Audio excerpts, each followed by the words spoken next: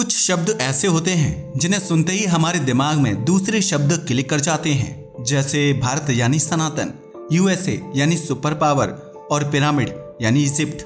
लेकिन एक मिनट, क्या पिरामिड केवल इजिप्ट में है?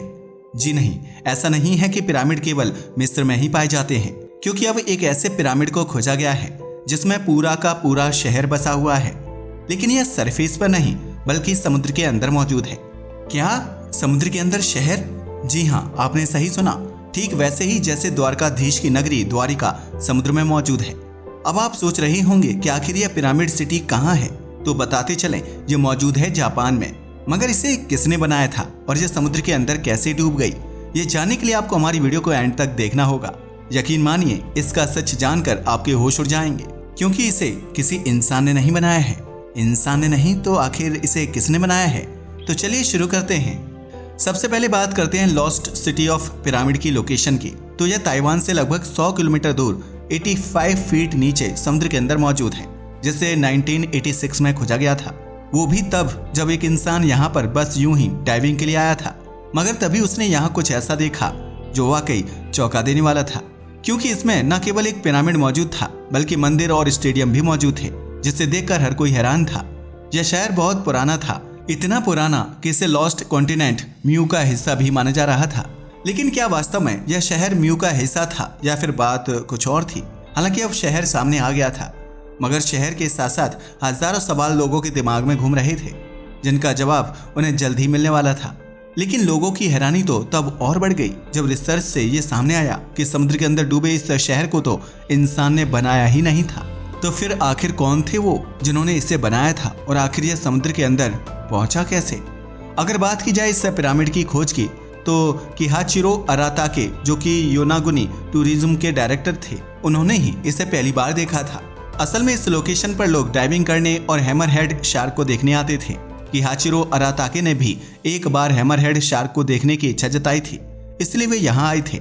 इस शहर को किसने बनाया और कैसे यह समुद्र में डूबा, यह जानने से पहले बात करते हैं योनागुनी की। योनागुनी एक स्कूबा डाइविंग साइट है जहां पर बहुत सारे लोग हैमरहेड शार्क को देखने जाते हैं। ऐसे एक शख्स थे किहाचिरो अराताके, ये भी हैमरहेड शार्क को देखने के लिए यहाँ पहुंचे थे। लेकिन जब समुद्र में बहुत देर तक डाइविंग करने के बाद भी उन्हें ये शार्क नजर नहीं आए तो वह वापस मुड़ने वाले थे। मगर तभी उनकी नजर एक स्टोन स्ट्रक्चर पर पड़ी जो दिखने में काफी खूबसूरत लग रहा था। अब किहाचिरो अराताके की जिज्ञासा बढ़ने लगी और वे उसकी तरफ गए तो उन्हें वहां और भी बहुत सारे स्ट्रक्चर नजर आने लगे। उन्हें यहाँ सड़क, स्टेडियम, मंदिर जैसी बहुत सी चीजें मौजूद दिखी। अब उनकी समझ में आ चुका था कि यह कोई लॉस्ट सिटी है। यह वास्तव में एक बहुत बड़ी खोज थी, इसलिए जल्द से जल्द वे समुद्र से बाहर आए और जापान के बहुत सारी यूनिवर्सिटी को उन्होंने इस खोज के बारे में लेटर लिखे। फिर यूनिवर्सिटी ऑफ द ryukyus के प्रोफेसर मासाकी किमुरा ने यहाँ पर रिसर्च करने की ठानी। प्रोफेसर अपने कुछ स्टूडेंट्स की टीम लेकर इस जगह पर पहुंचे, मगर वह खुद नहीं जानते थे कि उनके हाथ कितनी बड़ी चीज लगी है। वैसे अगर बात की जाए यूनिवर्सिटी ऑफ द ryukyus के प्रोफेसर मासाकी किमुरा की, तो ये एक मरीन जियोलॉजिस्ट थे। और जैसे ही प्रोफेसर किमुरा अपनी टीम के साथ इस लोकेशन पर पहुंचे और उन्हें यह पिरामिड सिटी दिखाई दी तो वो बहुत हैरान रह गए, क्योंकि इसे देखते ही उन्हें समझ आ गया था कि यह कोई प्राचीन उन्नत सभ्यता थी जो कभी जमीन पर मौजूद थी, मगर फिर किसी डिजास्टर की वजह से यह समुद्र के अंदर समा गई होगी। लेकिन ऐसा क्या हुआ था इस सिटी के साथ जिसकी वजह से यह समुद्र की गहराई में इस कदर खो गई कि इसके बारे में इतनी सालों तक कभी कोई जान ही नहीं पाया। वैसे हम आपको बताते चलें कि यह पहली बार नहीं था जब किसी प्राचीन उन्नत सभ्यता को समुद्र की गहराइयों में खोजा गया हो, क्योंकि ऐसा तो खुद हमारे देश भारत में भी हो चुका है। आप तो जानते ही होंगे कि द्वारकाधीश की नगरी द्वारका भी समुद्र में ही समाई थी। साथ ही इजराइल के पास मेडिटेरेनियन सागर में 40 फीट नीचे 40,000 स्क्वायर किलोमीटर में फैले एक प्राचीन सभ्यता के गांव को भी खोजा गया था। और आप जानकर हैरान रह जाओगे, ये गांव 9,000 साल पुराना था। यही वजह थी जब योनागुनी में इस स्ट्रक्चर को खोजा गया तो इसके तार भी इजराइल और भारत की द्वारका से ही जोड़े गए, क्योंकि ये दोनों लगभग एक ही समय की सिटी थी। लोगों का मानना था कि आइस एज के समय पर जब बर्फ पिघल गई होगी तो किनारों पर बसी सिविलाइजेशन पानी में डूबने की वजह से नष्ट हो गई होंगी और बड़े बड़े उन्नत शहर समुद्र में समा गए होंगे। हालांकि अभी तक इसे भी आइस एज से ही जोड़ा जा रहा था, मगर प्रोफेसर किमुरा कुछ भी पुष्टि करने से पहले पूरी रिसर्च करना चाहते थे। यही वजह थी कि उन्होंने यहाँ पर पूरी रिसर्च करने की ठानी। मगर ना तो प्रोफेसर किमुरा और ना ही पूरी दुनिया में कोई जानता था कि यह स्ट्रक्चर तो इजराइल में मिले गांव से भी काफी पुराना था। वैसे जहां इजराइल में मिला गांव 9000 साल पुराना था, वहीं द्वारका 12000 साल पुरानी मानी जाती है। इसकी जांच करने से पहले इसकी पूरी मैपिंग की गई। ये 45,000 स्क्वायर किलोमीटर में फैला था। जैसे ही योनागुनी सिटी की मैपिंग की गई तो एक चौंकाने वाला मामला सामने आया। इससे पता चला कि यहाँ पर जो सबसे बड़ा स्ट्रक्चर यानी पिरामिड दिखाई दे रहा है, वास्तव में यह एक किला था जहाँ पर 5 मंदिर और 2 दरवाजे थे। इसे देखकर लगता था कि इस सभ्यता के लोग काफी उन्नत थे। बस फिर क्या था, जैसे ही ये सारी खबर बाहर आई तो योनागुनी पहले से भी ज्यादा प्रसिद्ध हो गया। दुनिया के कोने कोने से लोग आकर इसे देखने लगे। 1980 से 1990 तक यहाँ बहुत सी रिसर्च हुई। अगर बात की जाए मासाकी कुमुरा की रिसर्च की, तो उनका मानना था कि यह 10,000 साल पुरानी सभ्यता है। वैसे जैसे ही इस सिटी के बनने और उजड़ने का समय सामने आया तो हर कोई हैरान था, क्योंकि इस समय के हिसाब से दुनिया का इतिहास पूरी तरह से बदलने वाला था। पता है क्यों? ऐसा इसलिए क्योंकि जहां आज दुनिया में मेसोपोटामिया और हड़प्पा को ही सबसे पुरानी उन्नत सभ्यताएं माने जाता है, वहीं ये शहर तो उनसे भी 2 गुना ज्यादा पुराना था। तो फिर इसके इतिहास में खास स्थान तो बनता ही था। लेकिन इससे भी ज्यादा हैरानी वाला खुलासा तो प्रोफेसर कुमुरा ने इसके बाद किया। असल में अपनी अगली रिसर्च के बाद प्रोफेसर मासाकी कुमुरा का कहना था कि यह शहर दुनिया के खो चुके महाद्वीप म्यू का एक हिस्सा था। क्या? खोया हुआ महाद्वीप? क्या दुनिया में कोई ऐसा महाद्वीप भी था जो खो चुका है? जी हाँ, एक ऐसा महाद्वीप था जिसे म्यू कहते हैं। मगर क्या वास्तव में यह उसी कॉन्टिनेंट का शहर था जो प्लेट टेक्टोनिक्स की मूवमेंट की वजह से जापान के तट पर पहुंचकर डूब गया? या फिर मामला कुछ और था? अभी कुछ नहीं कहा जा सकता था। यह सारा केवल रिसर्च पर निर्भर करता था और रिसर्च तो लगातार चल ही रही थी। प्रोफेसर मासाकी और उनकी टीम के अलावा बहुत सारे प्राइवेट हिस्टोरियन एंड रिसर्चर्स भी इस साइट पर रिसर्च कर रहे थे। ऐसा इसलिए क्योंकि हर कोई इस सिटी के बारे में जानना चाहता था। हर किसी के अंदर बहुत सारे सवाल मौजूद थे कि क्या वास्तव में यह उतना ही पुराना था जितना प्रोफेसर मासाकी और उनकी टीम बता रही थी, या फिर मामला कुछ ऐसा था जिसके बारे में कोई नहीं जानता। वहीं अगर लॉस्ट कॉन्टिनेंट म्यू की बात करें तो इसकी कहानी 18वीं सदी में शुरू हुई थी। पता है क्यों? क्योंकि ऑगस्टस ली प्लॉन्जियोन ने प्राचीन माया सभ्यता के कुछ टेक्स्ट का हवाला देते हुए इस मिथिकल कॉन्टिनेंट के बारे में पूरी दुनिया को जानकारी दी थी। बताते चले कि प्रोफेसर ऑगस्टस के अलावा भी एक शख्स ऐसा था जिसने इस कॉन्टिनेंट के बारे में बातें बताई हैं। लेकिन हाँ, वो अलग बात है कि किसी के पास कोई प्रमाण नहीं है। इसलिए इस कॉन्टिनेंट को लॉस्ट कॉन्टिनेंट के साथ साथ मिथिकल कॉन्टिनेंट भी कहा जाता है। अगर बात की जाए ऑगस्टस की, तो वास्तव में प्रोफेसर ऑगस्टस ने माया सभ्यता के कुछ प्राचीन टेक्स्ट को ट्रांसलेट करने का दावा किया था। यही वजह थी कि उनका कहना था कि माया सभ्यता हड़प्पा और मेसोपोटामिया से कहीं ज्यादा पुरानी थी। साथ ही उन्होंने एक मिथिकल कॉन्टिनेंट का भी जिक्र किया जिसे उन्होंने म्यू का नाम दिया। इसके बाद कई साल गुजर गए, मगर इस कॉन्टिनेंट के बारे में कोई भी सटीक प्रमाण नहीं मिल पाया, जिससे यह हमेशा मिथिकल बना रहा। लेकिन फिर आए ब्रिटेन साम्राज्य के एक अधिकारी जिनका नाम था जेम्स चर्चयार्ड। उनका कहना था कि यह वास्तव में ही एक कॉन्टिनेंट था। लेकिन आप जेम्स चर्चयार्ड के इस कॉन्टिनेंट के बारे में बात करने की वजह जानकर हैरान रह जाएंगे। वास्तव में जेम्स चर्चयार्ड पहले इंडिया में काम करते थे, लेकिन रिटायरमेंट के बाद जब वे ब्रिटेन पहुंचे तो उन्होंने अपनी पुस्तक में एक खुलासा किया।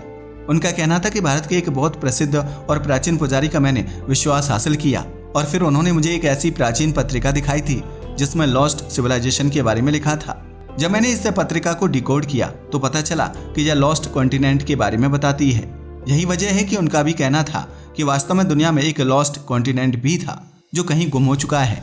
अगर बात की जाए इस कॉन्टिनेंट की, तो यह पैसिफिक ओशन के बीच में था और नॉर्थ अमेरिका से भी बड़ा था, मगर आज कहीं भी इसका नामो निशान नहीं है। तो फिर क्यों कहा जा रहा था कि जापान में मिला शहर इसी कॉन्टिनेंट का हिस्सा है?